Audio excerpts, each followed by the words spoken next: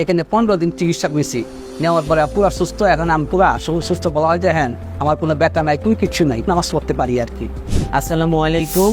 আজকে আমরা কথা বলবো আমাদের একটা রোগী সম্পর্কে, যিনি অস্টিওআর্থ্রাইটিস অফ নি জয়েন্ট সমস্যায় ভুগছিলেন। রোগীটার পরিচয় হলো, ওনার নাম মুস্তাফিজুর রহমান। উনি একজন স্কুল শিক্ষক ছিলেন, বর্তমানে রিটায়ার হিসেবে আছেন।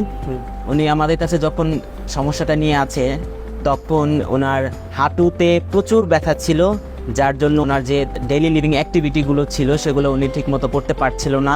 উনি হাঁটু ভাঁজ করে যে কোনো অ্যাক্টিভিটিস, যেমন নামাজ পড়া, বসে কাজ করা, কোনো কিছুই করতে পারছিল না। বর্তমানে উনি আমাদের এখানে ট্রিটমেন্ট নিচ্ছে, 2 সপ্তাহ অলমোস্ট শেষ। এখন উনি আল্লাহর রহমতে অনেকটা ভালো আছে।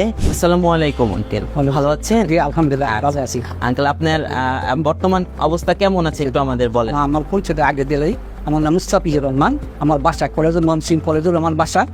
আমি এই থেরাপির যখন আমি আমার পায়ের মধ্যে ব্যথা হইলো, তখন এই বেলা থেরাপিতে নাম চিনি, আমি অনেকে জিজ্ঞেস করে পরে এখানে আসলাম। এখানে 15 দিন চিকিৎসা করেছি, নেওয়ার পরে পুরো সুস্থ। এখন আমি পুরো সুস্থ বলা হয় যে হ্যাঁ, আমার কোনো ব্যথা নাই, কোনো কিছু নাই, নামাজ পড়তে পারি আর কি। এই জন্য আমি তাদের সাথে আবার দেখা করার জন্য আমি আসছি আজকে। ধন্যবাদ আঙ্কেল।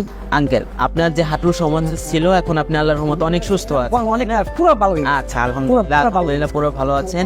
এখন আঙ্কেল, আমাদের এই হসপিটালে পরবর্তীতে এই সমস্যাজনিত যদি কোনো রোগী থাকে, তাহলে আমাদের এখানে আপনি পাঠাবেন তো নাকি? আচ্ছা, পাঠাবো মানে আমি পাঠাচ্ছি তুমি, কিন্তু আমি জিজ্ঞাসা করি নাই পেশেন্ট আসে কিনা। 2-3 পেশেন্টের নাম ঠিকানা দিয়ে বেলার থেরাপিকের নাম দিয়ে পাঠাইছে, এমন রোগী আসছে কিনা জানা। আঙ্কেল আসতেছে আঙ্কেল। পাঠাচ্ছি, আমি পাঠাচ্ছি।